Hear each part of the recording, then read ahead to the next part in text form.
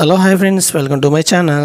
శ్రీలంక మాజీ క్రికెటర్ ధమిక నిరోషణ దారుణ హత్యకు గురయ్యాడు.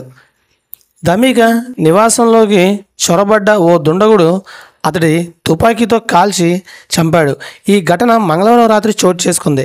అయితే ధమిక హత్యకు కారణాలు మాత్రం వెల్లడి కాలేదు. ఈ ఘటనపై కేసు నమోదు చేసిన స్థానికులు పోలీసులు మృతదేహాన్ని పరీక్ష కోసం ఆసుపత్రికి తరలించారు. ఈ మేరకు శ్రీలంక మీడియాలో కథనాలు వస్తున్నాయి. కాగా అండర్-19 స్థానంలో శ్రీలంక జట్టుకు కెప్టెన్గా వ్యవహరించాడు. ధమిక దేశంలో ఉత్తమ పేస్ బౌలర్, ఆల్రౌండర్ ఒకటిగా పేరు పొందిన ధమిక ఎంజేలో మధ్యస్ ఉప్పల్ తరంగంలో కలిసి క్రికెట్ ఆడారు. అయితే అనూహ్యంగా 20 ఏళ్ల వయసులోనే అతడు క్రికెట్కి వీడ్కోలు పలికాడు. కాగా 2000 సంవత్సరంలో శ్రీలంక అండర్-19 జట్టు తరపున అరంగేట్రం చేసి ధమిక నిరోషణ 2 ఏళ్ల పాటు దేశానికి ప్రాతినిధ్యం వహించాడు. అండర్-19 స్థానంలో టెస్టుకు వన్డేలు ఆడాడు.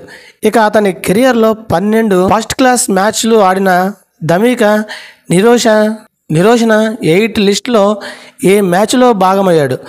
కుడి చేతి వాటం బ్యాటర్స్ రైట్ ఆర్మ్ ఫేమస్ అయిన ఈ లంక క్రికెటర్ 2001-2024 మధ్య గాలే క్రికెటర్ క్లబ్కు ఆడిన ఈ ఆల్రౌండర్ 300కు పైగా పరుగులు చేశాడు.